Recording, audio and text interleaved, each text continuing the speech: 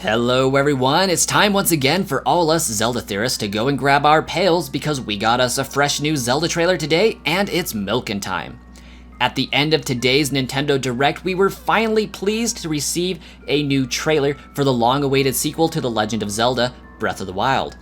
The title was revealed in this trailer to be that of The Legend of Zelda: Tears of the Kingdom. Nintendo has purposely held out on the name as long as they could because, in the words of Bill Trinan, those subtitles, they start to give off little bits of hints about maybe what's going to happen. And now, I think I might know what's going to happen. So let's take an early dive into why I think the Zelda installment is being called Tears of the Kingdom. There are many possible meanings of the title, but the first thing that comes to my mind with a name like Tears of the Kingdom is a kingdom in sorrow. Something bad happened, and the kingdom weeps for it. This interpretation could mean any number of things, from a political figure dying to the kingdom losing all hope. But I think that this title has a much more deeper meaning than that. The title meaning, I think, is twofold. I believe it will express a duality. One meaning will be what we see on our journey, and the other meaning is what we will obtain on our journey. Learning and enlightenment. And yes, it has everything to do with the Zonai Tribe. Let's start off with what I think we will see on our journey. As Linka, Logan, and I have previously detailed in my video what to expect in the Breath of the Wild sequel, we mentioned that we expected to see a duality between Breath of the Wild and Skyward Sword, a sort of return to the era of enlightenment and spirituality expressed in Skyward Sword, with a mix of the science and the creatures in the world we see in Breath of the Wild. Thus far, the trailers hold true to this theory. We have seen many similarities between the two titles. We have the soaring skies that seem quite peaceful, marked with shrines and structures one would associate with spirituality. We also see the flood of malice upon the overworld, the malice erupting from the Death Mountain. But what does all of this have to do with the Zonai Tribe? I believe that Nintendo is finally going to capitalize on the mystery of the Zonai Tribe and use them in a huge way. As I previously explained in my video what happened to the Zonai, my thoughts on the ancient tribe are that it was the key to sealing away Ganondorf in the first place. As we see Link and Zelda make their way through the caverns in the first trailer, the caverns that lead to Ganondorf's chambers, we can see that the path is dotted with ancient Zonai-like structures.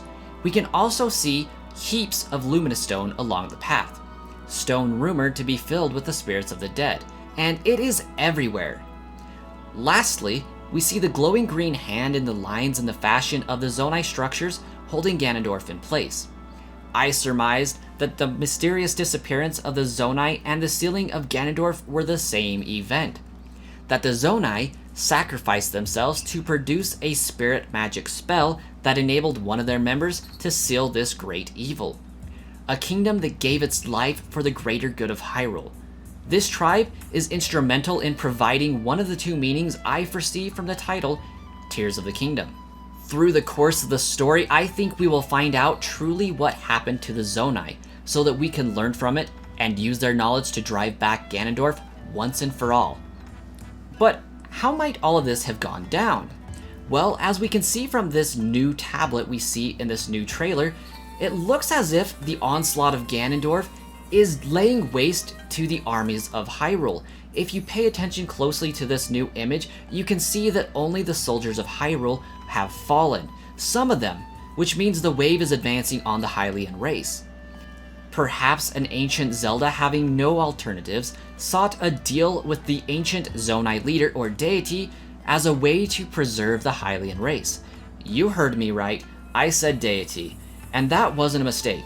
A figure that is likely Zelda can be seen clasping arms with a being that can only be assumed to be the leader of the Zonai. Leader or deity. In Skyward Sword, we learned that there was a fourth goddess in old times. We learned that Zelda is the goddess reincarnated. We also learned of the Demon King Demise, whose power could match the wisdom of the goddess Hylia herself. I would not be surprised in the least to learn that there was a third being of similar power to represent the courage aspect of the Triforce. Especially when we think about Fierce Deity, Majora, and the Goddess of Time all being deities like Hylia. Hylia may not have been the only lesser deity in Hyrule. Whether it was a deity or a leader, it doesn't matter, but the possibility remains that this ancient being brought about the sealing of Ganondorf in a joint effort with a past incarnation of Zelda. As we learn of this ancient kingdom sacrifice, we learn of one of the possible meanings behind the title Tears of the Kingdom, the loss of an entire civilization. The second possible meaning of this title will come from what we will obtain, or what I think we will obtain. As we look to the tablet depicting this possible deity, we can see that they are surrounded by 7 swirly symbols, and while that does scream Zonai, I think it represents something more. Perhaps these 7 swirls are the Tears of the Kingdom. But what could these tears be? Tears often represent spirits in the Zelda series. If you recall back to Twilight Princess, we have on a few occasions something called the Vessel of Light in our inventory. This Vessel of Light is used to collect the Tears of Light, which are fractions of the spirit guardians of the various regions. In Skyward Sword, we also see Link get a tool called the Spirit Vessel, which he must fill with sacred tears in the Silent Realm in order to fulfill his spiritual growth. Well, when we head over to Nintendo's official page for the Tears of the Kingdom, we finally find a picture. A picture where Link has what looks like a vessel. A vessel that could hold these tears. Canonically, there have been 7 total sages in multiple Zelda games. 6 actual sages and their leader, Zelda. In Breath of the Wild, I noticed a distinct lack of sages. The champions were similar, but not quite there. They were also dead.